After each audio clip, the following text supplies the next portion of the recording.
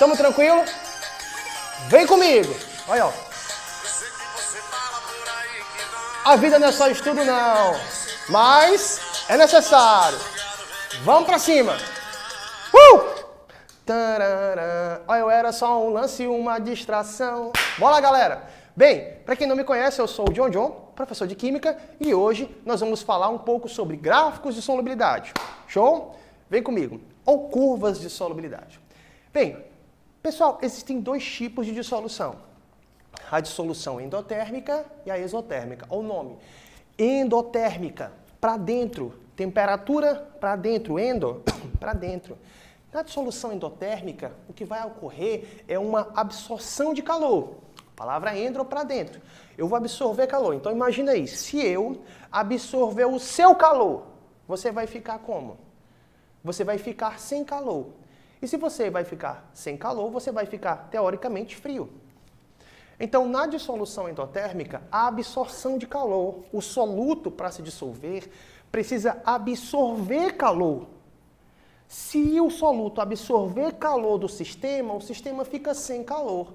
O sistema vai ficar frio. Então, na dissolução endotérmica, quando o soluto entra em contato com o solvente, há um resfriamento do sistema, a temperatura cai bruscamente.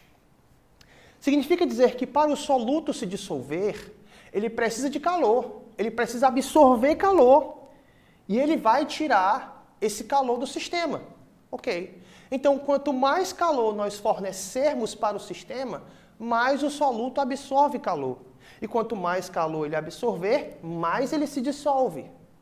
Então, na dissolução endotérmica, se eu quiser dissolver mais soluto, eu preciso aumentar a temperatura. Quando você aumenta a temperatura, aumenta o coeficiente de solubilidade. Exemplo básico, cloreto de sódio, a 20 graus Celsius, dissolve 36 gramas de sal, no caso em 100 ml de água.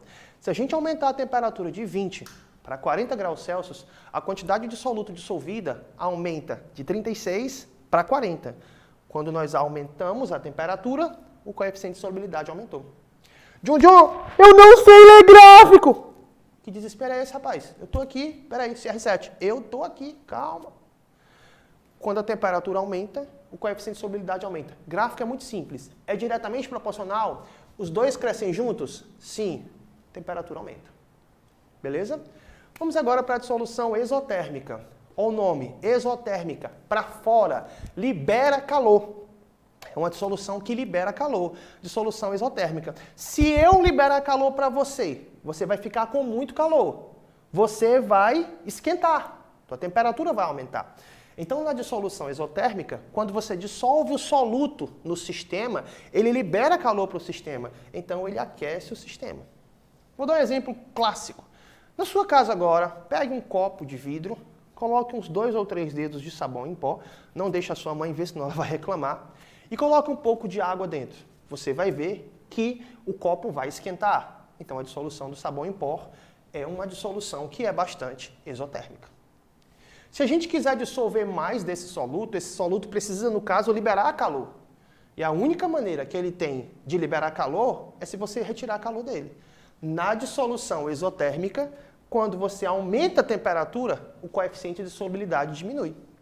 Isso quer dizer que na dissolução exotérmica, para mim dissolver mais soluto, para mim aumentar o coeficiente de solubilidade, eu preciso diminuir a temperatura.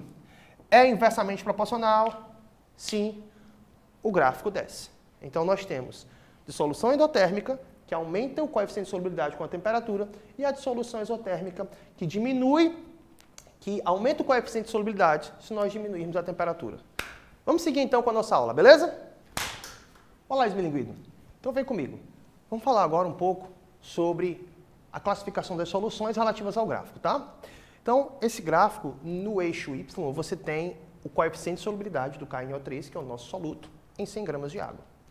Ela está por volta aí de 58 gramas, ou seja, a 40 graus Celsius, eu consigo dissolver 58 gramas de KNO3 em 100 gramas de água. Essa linha aqui é chamada linha de saturação. Então, todo ponto que está abaixo dessa linha quer dizer que tem uma quantidade de soluto menor do que a que eu consigo dissolver. Essa solução é dita uma solução insaturada ou hipotônica. Se o ponto que você está analisando está em cima da linha de saturação, nós dizemos que essa solução é dita uma solução saturada. Se você estiver um ponto acima dessa linha de saturação, ela é dita uma solução supersaturada. Você tem mais soluto dissolvido do que o que você consegue dissolver. A quantidade de soluto é maior do que o coeficiente de solubilidade, mas não existe corpo de fundo. Então, aqui é dita uma solução supersaturada ou hipertônica.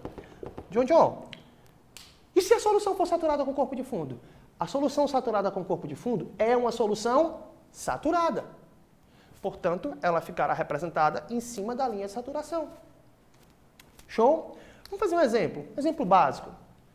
Qual a quantidade de KNO3, que é o soluto, que é possível se dissolver em 200 gramas de água a 40 graus Celsius? Você vai ler no gráfico, competência do Enem, competência 5, habilidade 17, capacidade de interpretar gráficos e tabelas. A 40 graus Celsius, a 40 graus Celsius.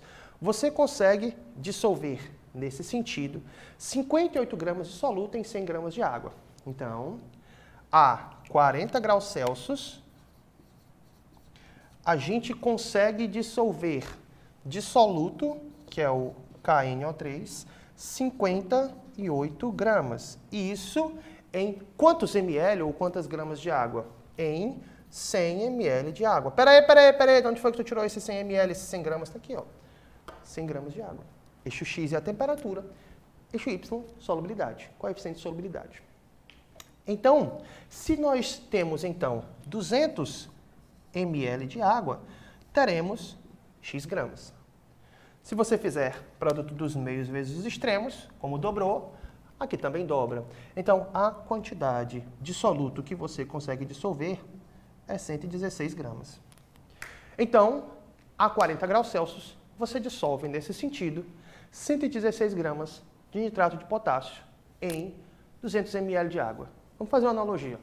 Se eu consigo dissolver 116 gramas em 200 ml de água, mas se coloco 100, a quantidade de soluto adicionada é menor do que a quantidade que eu consigo dissolver.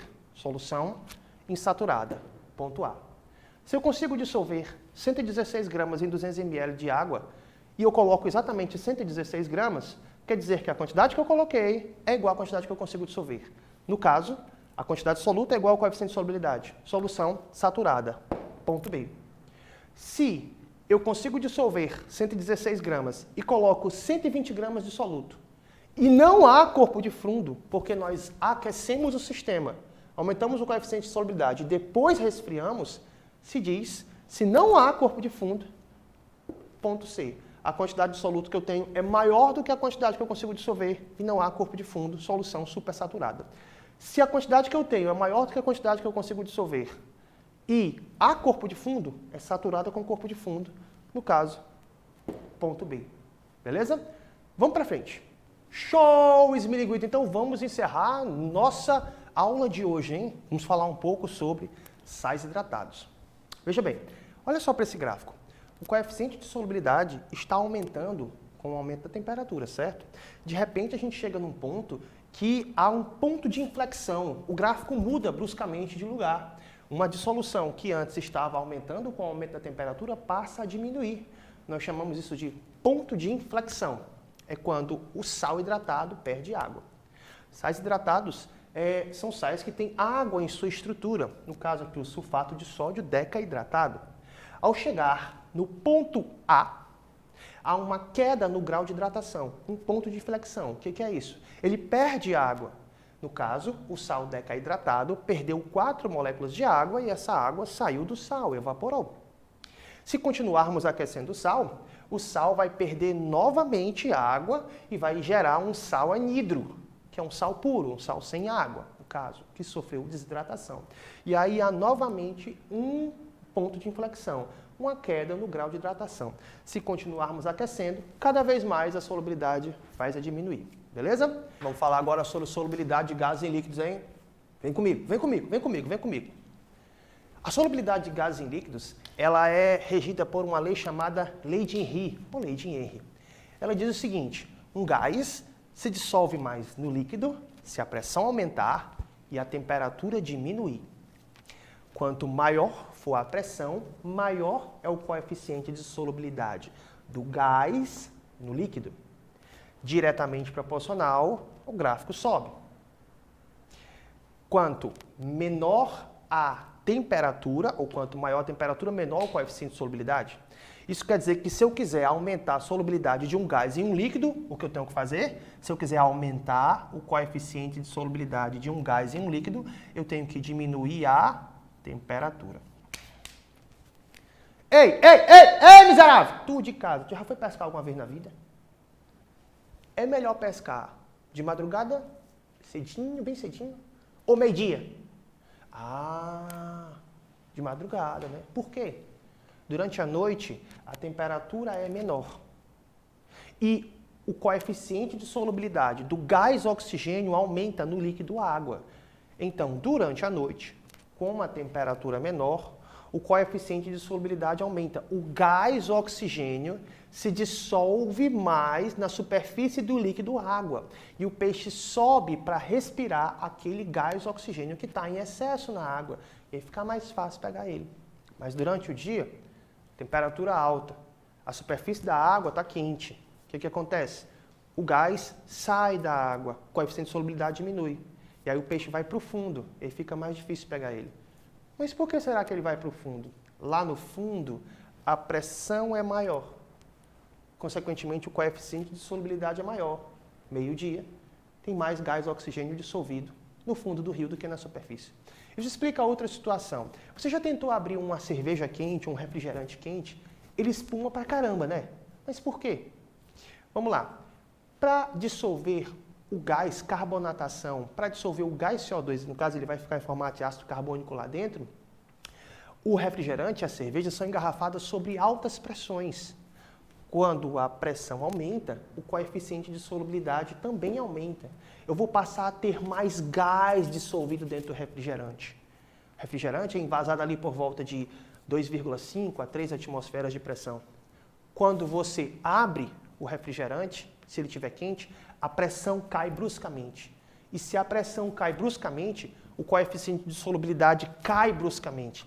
E aí o gás CO2, que estava dissolvido a mais por conta da alta da pressão, sai de uma vez só e acaba levando consigo algumas moléculas de água e espumando. Um outro exemplo bem clássico é o mergulhador. Quando o mergulhador vai mergulhar, a cada 10 metros que ele entra na água, a pressão aumenta em 1 atmosfera.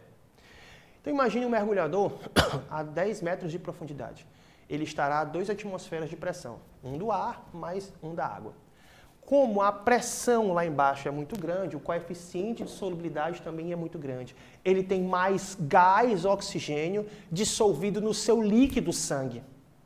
Caso ele resolva subir de uma vez, esse gás oxigênio pode não se dissolver mais e diminuir bruscamente o coeficiente de solubilidade do gás no sangue, porque a pressão está caindo bruscamente, e criar lacunas de gás oxigênio nas suas artérias. Ele pode chegar a desmaiar e morrer afogado. Por isso que existe uma doença chamada pulga do mergulhador. Então, nossa aula de hoje, solubilidade de gás em líquidos. Quanto maior a pressão, maior a solubilidade do gás em um líquido. Quanto menor a temperatura, maior a solubilidade do gás em líquido. Lembre-se disso da próxima vez que você for abrir um refrigerante. Para não espumar, ele tem que estar frio. Por quê? Quando a temperatura diminui, o gás se dissolve mais no líquido. Beijo do John John, galera! Hoje não tem música, mas na próxima aula tem! Vamos dançar um funk ou algo do tipo. Valeu!